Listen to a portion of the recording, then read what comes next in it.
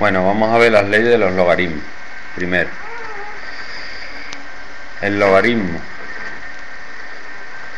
de una multiplicación es la suma de los logaritmos. Vale, entonces, si yo pongo, por ejemplo, logaritmo en base 2 de 8 por 4 es igual al logaritmo de 8 más el logaritmo de 4. Logaritmo en base 2. No se olvide la base. Vamos a ver cuánto es esto. El logaritmo en base 2 de 8 es a qué número tengo que elevar 2 para que me dé 8. A 3. Y el logaritmo en base 2 de 4 es a qué número tengo que elevar 2 para que me dé 4. A 2. Y 3 más 2 es 5. ¿Vale? Y ahora lo voy a hacer de la otra manera, que sería multiplicando primero. Logaritmo en base 2, 8 por 4, 32. ¿A qué número tengo que elevar 2 para que me dé 32? A 5. Vemos cómo llegamos al mismo resultado, lo hagamos como lo hagamos. A 5. Venga, siguiente fórmula.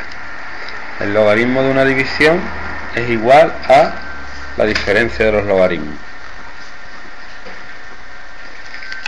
Por ejemplo, el logaritmo en base 2 de 64 partido 4 es igual al logaritmo en base 2 de 64 menos el logaritmo en base 2 de 4.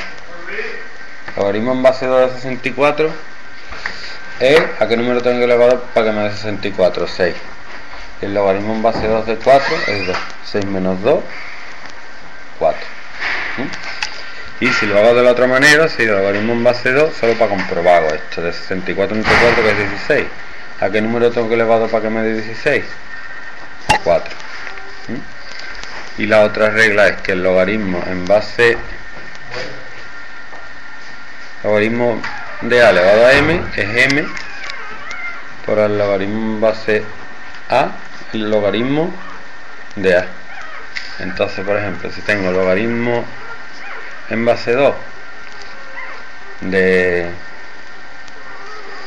4 elevado a 3, esto sería 3 por el logaritmo en base 2 de 4, que sería 3 por el logaritmo en base 2 de 4, ¿qué número tengo elevado para que me dé 4? A 2, sería 6.